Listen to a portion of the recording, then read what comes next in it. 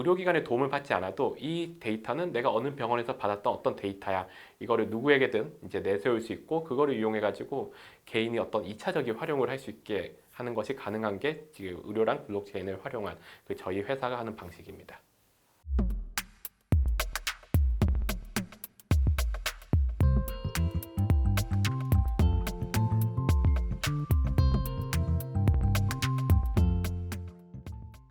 안녕하세요. 저는 메디블록의 대표 이은솔이라고 합니다. 여기 한양대학교 의과대학을 03년도 입학해서 09년도에 졸업을 했고요. 그 후에는 이제 아산병원에서 인턴 레지던트 하면서 영상의학과 전문의가 되기 위한 생활을 했었고, 그 후에 2017년에 메디블록이라는 회사를 창업해가지고 지금은 약 6년째 운영을 하고 있습니다.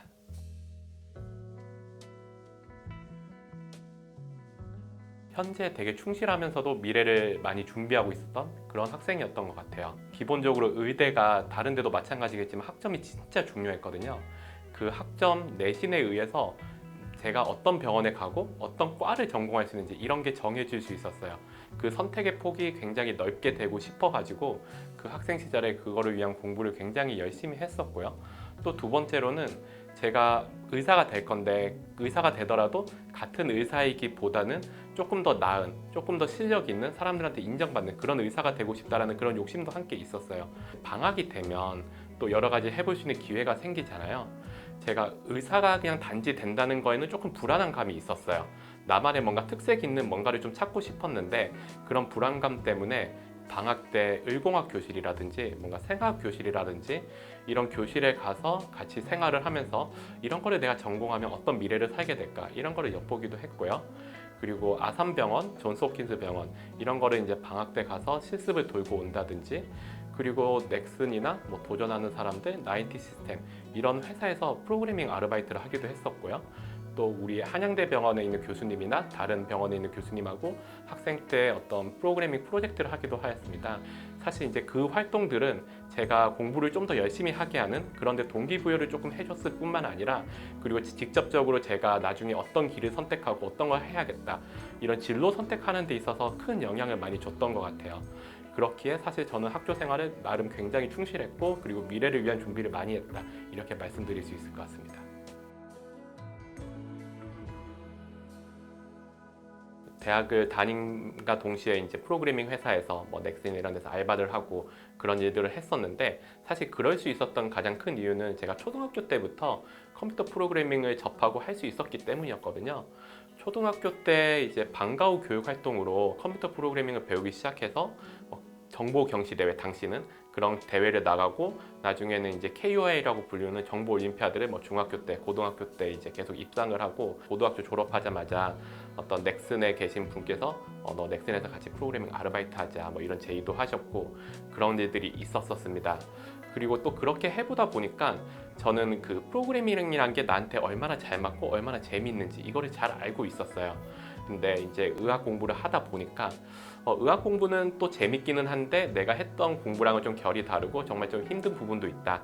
그래서 저의 뭔가 다른 욕구나 뭐 이런 걸 좀 채우기 위해서 계속해서 프로그래밍을 대학 다니는 내내 조금씩 하게 되었었고 그리고 또 한편으로는 내가 의사가 될 건데 프로그래밍을 잘하는 의사가 되면 또 다른 기회가 있지 않을까 또 나만의 뭔가를 가질 수 있지 않을까 이런 생각이 함께 있었기 때문에 나중에 이제 병원에서 레지던트 생활하거나 그럴 때는 프로그래밍을 이용을 해서 어떤 의학 논문을 쓴다든지 이런 작업도 참여를 하였고 그리고 이제 레지던트가 끝나고 나서 제가 공중보건의로서 이제 어떤 울릉도나 이런 섬에 가서 있었는데 그때 다시 이제 컴퓨터 프로그래밍이나 이런 것을 굉장히 열심히 해가지고 이거를 이용을 해가지고 나중에 어떤 일을 하거나 또 내가 하고 싶은 일을 해야겠다 이런 생각을 많이 했었고 지금도 그 결과로서 결국 사업을 하게 되고 계속 프로그래밍을 하는 이런 일을 하고 있는 것 같습니다.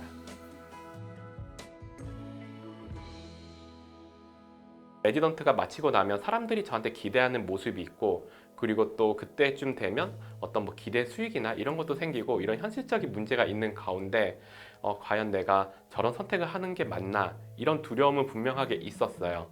특히 가장 이제 첫 번째로는 그런 시선 사람들이 나를 이상하게 보진 않을까?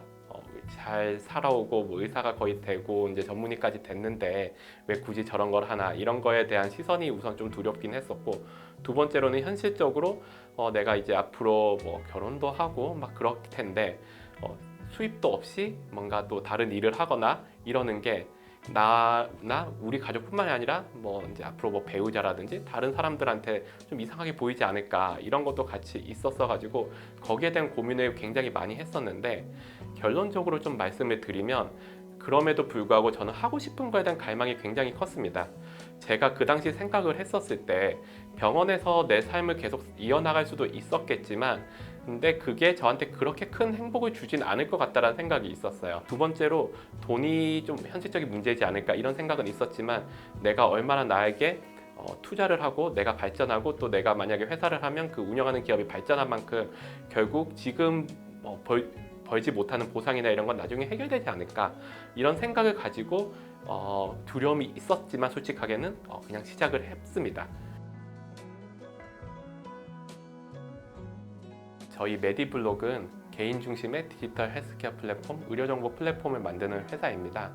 이 개인 중심이란 게 어떤 의미냐라고 하면, 제가 창업하던 당시만 해도 병원에 있는 정보들은 병원에서만 관리하고 있고, 개인은 의사나 의료진을 통해서 접근하지 않으면 내가 어떤 내역을 진료받았는지, 그리고 그 정보를 어떻게 받아본다든지 이런 것들 하는 건 굉장히 어려웠어요. 그런데 이제 모바일 시대잖아요. 그래서 저희는 환자가 모바일을 통해서, 핸드폰을 통해서 자기의 원하는 정보를 쉽게 접근하고 그걸 통해서 건강관리도 할 수 있고 이런 다양한 걸 할 수 있어야 된다 생각을 해가지고 그런 의료기관하고 개인하고 연결을 해줘서 개인이 그 데이터를 활용을 할 수 있는 이런 플랫폼을 만들면 재밌지 않을까, 그거를 통해서 더 나은 삶을 사람들이 살 수 있지 않을까, 이런 생각을 하게 되어서 이 메디블록을 창업하고 현재 계속해서 프로덕트를 만들면서 발전을 시키고 있습니다. 의료를 디지털 기술을 이용을 해가지고 온라인 상에로 옮겨놓고, 그리고 그 데이터를 활용을 할 수 있게 하는 그 온라인과 오프라인을 IT 기술을 이용을 해서 허무는 이런 업이라고 생각을 해도 될 것 같고요.